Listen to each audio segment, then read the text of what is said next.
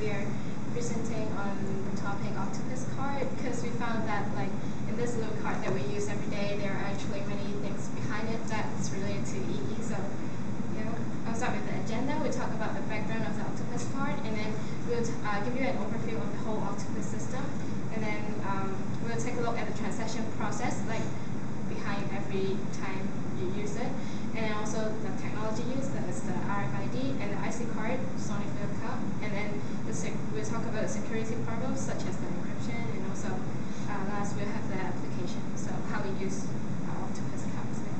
So it's just a brief background. The main aim of the Octopus card is to make everyday life easier, and it's launched in 1997. Starting with the use for only transportation, and then since 2000, the Hong Kong Monetary Authority granted the deposit-taking license to Octopus card, and then so it can be used for a wide range of different applications, such as retailing.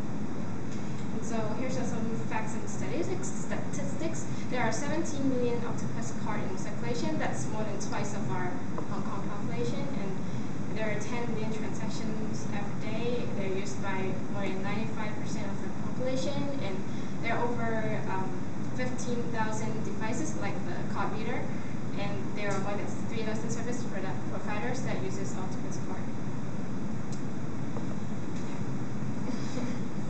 Yes. Here comes to the Octopus system, and we can see that the system is mainly divided into two parts. One is for the major business users, which includes buses and also MTR corporation. Another part is for the small merchants, like some small retailing stores using Octopus cards, because recently you can see that many small merchants, small retailers are using Octopus card to provide a very convenient transaction method for them. And then for the major business users, they have got a major service provider computer system, and all the transaction record will be directly go to this system for storing. And then for the small merchant users, they will have a small merchant system to store their part. So they are separated into two parts. But both of them will be merged into an Octopus clearing house system.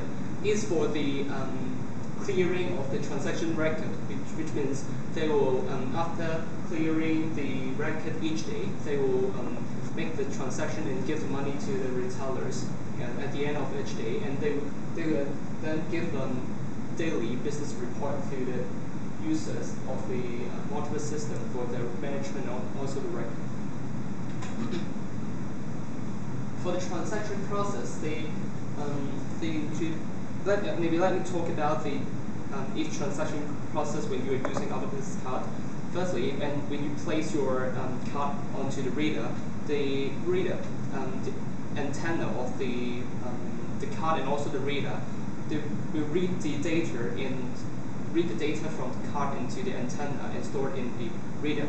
For the transportation, it takes about 0.3 seconds for this transaction, and for retailers, it usually takes about 1 second. And after this process of the transaction, the data will be stored. The data stored in the card will be retrieved by the reader, and then it will directly transmitted to the clearing system for the further processing. And in fact, the technology offered by Octopus card can be used in online and also offline basis, which means they can be directly connected to the clearing system, or they can be made offline. How can it be made offline? Like when because like USC student, you must usually take minibus to school, and then they are not directly connected to the system. Then at the end of each day, the management of the minibus company will have something like a pocket PC, and they will read the transaction record stored in the reader, and then will be sent. Those transaction records will be sent to the clearing system through network, through the Wi-Fi or 3G network for the clearing.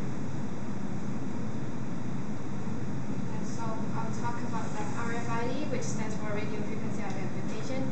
And Octopus card actually uses the passive RFID, which means it does not we do not have a battery in our Octopus, but then it requires external source to provoke the signal transmission. And most RFID tags are divided into two parts, and the first part is the IC integrated circuit. It's for storing and processing information, modulating and demodulating the RF signal, because as we have learned in the course, like wireless communication needs to be modulated and demodulated before using. And then the second part is the antenna, and it's responsible for receiving and transmitting signals.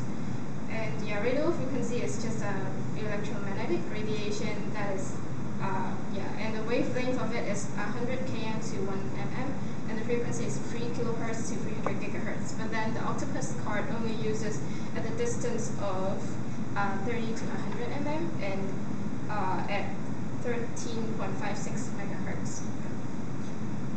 And so Benjamin will talk about this in the next slide.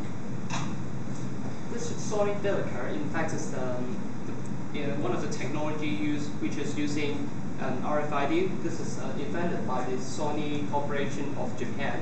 And why this is special? Because this is the most updated RFID technology invented by Sony, and it's a smart card system, and which is using a contactless IC card with using electromagnetic wave, and is externally charged, which means it do not contain a battery inside the card. And also, it has got large storage capacity compared with other smart card system or RFID. It's about 1 KB storage in the card, and the memory is stored in the IC tag inside the card, which is placed next to the antenna when the information is retrieved by the reader through antenna. Then the